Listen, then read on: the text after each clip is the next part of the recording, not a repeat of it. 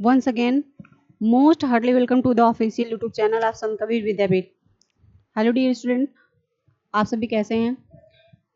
इसके पहले वाले क्लास में मैंने आपको डिफरेंशियल इक्वेशन के बारे में बहुत सारी चीज़ें डिस्कस की हैं। अगर आपने नहीं देखी हैं तो उसको जाके देखेंगे। पिछले वाले क्लास में मैंने आपको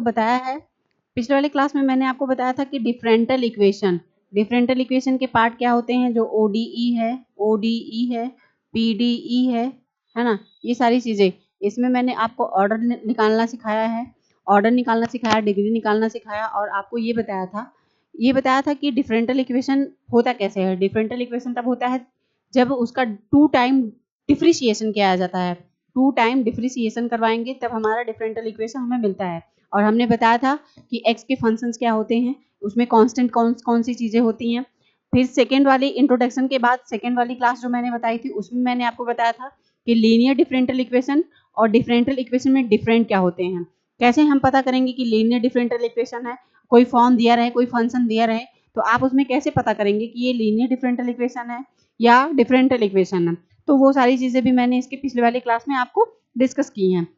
जो आपकी कल की क्लास थी उसमें मैंने आपको बताया कि नॉर्मल फॉर्म है ना, नॉर्मल फॉर्म में मतलब नॉर्मल फॉर्म के पहले भी मैंने बताया कि उसमें 5 मेथड्स होते हैं, उसके वर्किंग रूल्स होते हैं। और जो आपका कल नॉर्मल फॉर्म पढ़ाया, नॉर्मल फॉर्म में मैंने आपको कुल मतलब मेथड 2 से बताया। मेथड 2 में मैंने बताया सिंप्लीफाइड कैसे करते हैं, कैलकुलेशन कैसे करते हैं, और हम उसको नॉर्मल फॉर्म से PI और CF में कन्वर्ट करके फिर हम कंप्लीट सॉल्यूशन कैसे निकालते हैं। कंप्लीट सॉल्यूशन के बाद आज आपका जो टॉपिक है, आज ऑन स्क्रीन आप देख रहे हैं कि method of variation of parameter. इसमें एक एक चीजों को, अगर आपको मेरी लैंग्वेज नहीं समझ आ रही है तो आपको एक एक चीजें लिखी हुई मिलेंगी, आप उससे ज्यादा समझने का प्रयास करेंगे। तो चलिए स्टार्ट करते हैं बिना देर किए हुए। कह रहा है कि method of variation parameters is an other method, मतलब इज एन अदर मेथड का बताया ना, for finding particular integral of linear differential equation. Is an other method से ही हम इसको फाइंड करेंगे। फिर इक्वेशन आपका ऐसा दिया रहेगा कि if it CF is known. अब आपको पता होना चाहिए कि CF क्या है और PI क्या है। अगर आपको CF और PI ही नहीं पता है तो आप वेरिएशन पैरामीटर को कैसे समझेंगे।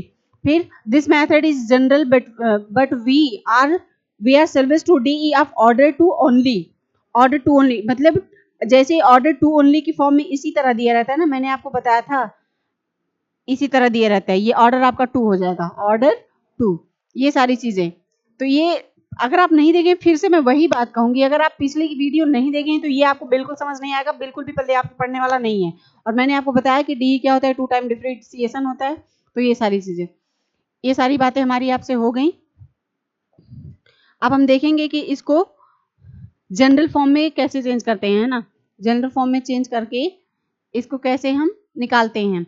और इसका जो ओनली एंड अदर 2 मेथड होता है उसको रिस्ट्रिक्ट, मतलब चीजों को हम सिंप्लीफाइड कन्वर्ट कैसे करते हैं, रिस्ट्रिक्ट, ये हो गया। अब चलिए स्टार्ट करते हैं आगे इसके, कि मैंने बताया आपको CF is known, this method is general but we restrict ourselves to differential equation order two only. अब आगे देखेंगे कि CF कॉम्प्लीमेंट्री फंक्शन दिया है। CF का मतलब होता है complementary function. CF means complementary function. PI means integral हो जाएगा। फिर इंटीग्रल के बाद हम पढ़ेंगे so consider second order DE। So consider का मतलब क्या होता है कि सेकेंड ऑर्डर में हम डिफरेंशियल इक्वेशन करेंगे, इसका सेकेंड ऑर्डर में डिफरेंशियल इक्वेशन करेंगे। अब आपका दिया है SODE का मतलब क्या होता है, एक बार यहाँ आप देखेंगे SODE का मतलब क्या होता है, मैं बता देती हूँ। ऐसा शॉर्ट फॉर्म में लिखा है तो आपको समझ नहीं आएगा कि SOD का मतलब क्या होता है। SOD का मतलब होता है कि सेकेंड ऑर्डर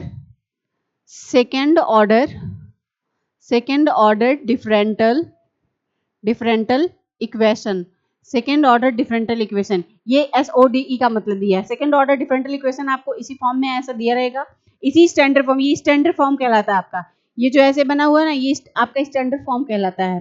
तो स्टैंडर्ड फॉर्म में आपका क्या दिया है, D square Y upon D x square. फिर से सुनेंगे, D square Y upon D x square plus D Y upon D X plus B Y equal Q of X. Q of, इसको Q of X पढ़ते हैं, ये आपका standard form हो गया। अब एग्जांपल आपको मैं बताती हूँ, मैंने बताया आपको कि d square Y upon D x square, d square Y upon D x square, इसमें ऑर्डर कितने होंगे, 2 होंगे। ऑर्डर और डिग्री निकालना मैंने आपको पहले ही बताया है। और इसके पहले मैंने मतलब इसमें तो डिग्री और ऑर्डर पढ़ाने का कोई ऐसा वो है नहीं कि आपको बताया जाए, लेकिन फिर भी मैंने बता दिया। और इसके जो आपने बीएससी सेकेंड सेमेस्टर में पढ़ा था, जो जहां से छोड़ा है वहां से इसकी स्टार्टिंग है, तो ऑर्डर डिग्री निकालना आप जानते ही होंगे। तो ऑर्डर इसका 2 है, यहाँ पे इसके पावर 3 है तो ऑर्डर इसकी 3 हो जाएगी, पावर 4 है तो ऑर्डर 4 हो जाएगा। लेकिन आपको ध्यान ये रखना है कि जब हमारा डी स्क्वायर वाई रहेगा, D square Y upon D x square, जैसा आप यहाँ देख रहे हैं, ये चीजें देख रहे हैं, अगर इस फॉर्म में दिया रहेगा तब तो आपका पी आई जो है वो फाइंड आउट हो जाएगा। लेकिन ये 2 रहेगा तब होगा, जैसे यहाँ दिया है, अगर D square Y upon D x square है तो ये फाइंड आउट हो जाएगा, फाइंड आउट पी आई में होगा, फाइंड आउट पी आई में होगा। लेकिन अगर ये 3 में 4 में दिया रहेगा तो यहाँ देखो दिया है P I not find out, आप पी आई को फाइंड आउट नहीं कर सकते हैं। फिर से सुनेंगे कि फाइंड आउट हमें पी आई करने के लिए क्या होगा कि d square Y upon D x square ही होना चाहिए। आपको देखना है सॉल्यूशन दिया रहेगा, ऐसा एग्जांपल में दिया रहेगा या आपके क्वेश्चन में दिया रहेगा कि इसी तरीके से मान लो क्यूब दिया है, 4 दिया है, 5 दिया है ना, तो आपको घबराना नहीं है। आप देख लेंगे जब इस तरह का फॉर्म दिया रहेगा, इस तरीके का स्टैंडर्ड फॉर्म दिया रहेगा, तभी आपका पी आई फाइंड आउट होगा, वरना पी आई फाइंड आउट नहीं होता है। तो आई होप इतनी सारी बातें आप समझ चुके होंगे। अब इसके आगे का मैटर हम देखते हैं कि हमें क्या करना है। इसके आगे का मैटर हम देखेंगे, देखो दिया लेट आप C F is C F, है ना, let us C F is C F, तो सी एफ ने पी आई होगा इधर पे, लेट अस सी एफ ही करो, लेट अस सी एफ। तो लेट अस सी एफ से करेंगे तो हमारा क्या हो जाएगा कि C1Y1 हम वैल्यू क्रिएट करेंगे, C1Y1 C1Y1 C1Y1 plus C2Y2, C1Y1 C2Y2। अब आप सोचेंगे कि ये C1 और Y1 आया कहाँ से, C1Y1 है क्या चीज, तो देखिए नीचे आपका लिखा हुआ है फुल डिटेल में कि वेयर C1 C2 और कांस्टेंट, आपका जो C1 और C2 है, C1 एंड C2 ये आपका कांस्टेंट है, C1 एंड C2 कांस्टेंट है, ये कांस्टेंट है, ये पहले ही बता चुकी हूँ, लेकिन अगर आप नहीं देखेंगे तो नहीं। C1 C2 आपका कांस्टेंट है और Y1 और Y2 जो वो आपका x का फंक्शन रहता है, Y1 और Y2 x के हमेशा फंक्शन रहते हैं, और ये जो C1 और C2 होते हैं ये कांस्टेंट होते हैं। अब हम PI को जब गिवन करेंगे तो देखो दिया है then PI is given as PI equal U of x Y1 plus V of x Y2, ये पीआई हो गया। अब इसका जो फॉर्मूला होता है, इसका जो फॉर्मूला होता है, ये जो दिया है पीआई वाला फॉर्मूला, ये पीआई का फॉर्मूला है, देखो कि यू एक्स जो ये दिया है उसी को ऐड करना है, U X equal integral minus Y two, इसको माइनस को ध्यान रखेंगे आप, Y two Q X of X upon Y one, फिर कॉमा है ये, और ये जो ऊपर लगता है इसको डैश बोलते हैं, इसको डैश बोलते हैं।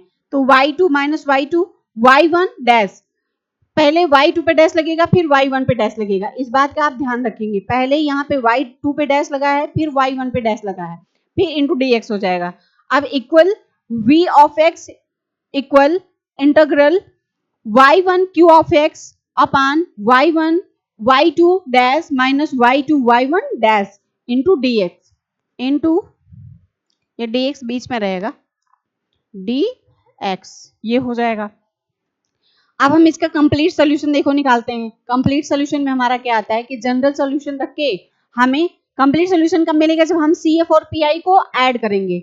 CF और PI को हमेशा ऐड करने पे हमारा कंप्लीट सोल्यूशन मिलता है।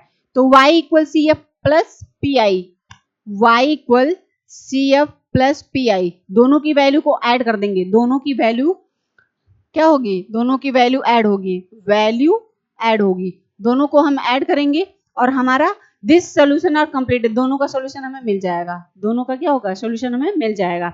तो ये हो गया आपका आज जो पढ़े आप कि आज आपने पढ़ा method of variation of parameters. इसके वेरिएशन आप लीनियर डिफरेंशियल के इक्वेशन होते हैं, उसमें CF को हम जानते हैं, फिर method is general between the overs of differential order 2 only, जिसके 2 ऑर्डर ओनली होते हैं उसमें डिफरेंशिएशन होता है। फिर CF का मतलब आप कॉम्प्लीमेंट्री फंक्शन पढ़े, PI का मतलब पार्टिकुलर इंटीग्रल पढ़े। सो कंसीडर सेकंड ऑर्डर में डिफरेंशियल इक्वेशन कैसे होता है। FODE का मतलब मैंने अभी बताया कि सेकंड ऑर्डर डिफरेंशियल इक्वेशन होता है। फिर मैंने बताया कि d square Y upon dx square होता है, जहां पे वहीं पे हम PI को फाइंड आउट कर सकते हैं। अगर क्यूब और फोर्थ में होता है तो वहां हम PI को फाइंड आउट नहीं कर सकते हैं। तो ये सारी चीजें होती हैं। फिर इसके आगे हम पढ़े कि हमारा जो PI का ये फॉर्मूला होता है ना, PI का फॉर्मूला जो रखिए ये स्टैंडर्ड फॉर्म होता है, और PI का फॉर्मूला रखेंगे और उसके बाद हम कैलकुलेट कर देंगे। लेट अस CF, फिर C1 C2 C2 Y2।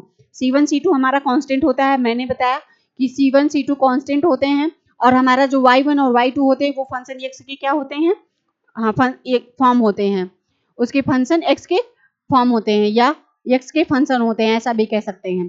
तो then PI is given as, जब हम PI का फॉर्मूला रखेंगे तो लास्ट में हमें जनरल फॉर्मूला जब मिलेगा, जनरल कैलकुलेशन पूरा मिलेगा जनरल सॉल्यूशन में, तो हमें लास्ट में करना रहता है कि y equal CF plus PY को हम जोड़ देंगे और उसकी वैल्यू को ऐड करेंगे। वैल्यू को ऐड करने के बाद हमारा दिस सोल्यूशन आर कंप्लीटेड, पूरा कंप्लीट सोल्यूशन मिल जाता है। तो आज तक की क्लास यहीं तक थी। जो आपकी कल की क्लास होगी, कल की क्लास में आपको पढ़ना है कि series solution of differential equation, series solution of differential equation. अब हम आपको कल की क्लास में इसको बताने वाले हैं। तो अगर आप इसके पहले की वीडियो नहीं देखे हैं तो आपको शायद मेथड वाला आज नहीं पता चलेगा, मेथड वेरिएशन पैरामीटर आपको नहीं पता चलेगा कि क्या होता है, और इसकी पहली वीडियो भी जो है उसको देख लेंगे और सेकेंड वाली वीडियो भी देख लेंगे, और आज का जो पैरामीटर्स वाला क्लास मैंने बताया है उसको भी देख लेंगे। तो क्लास यहीं पे फिनिश होती है, फिर मिलेंगे अगले क्लास में और एक नए सॉल्यूशन के साथ मिलेंगे। तब तक के लिए thanks for watching this video.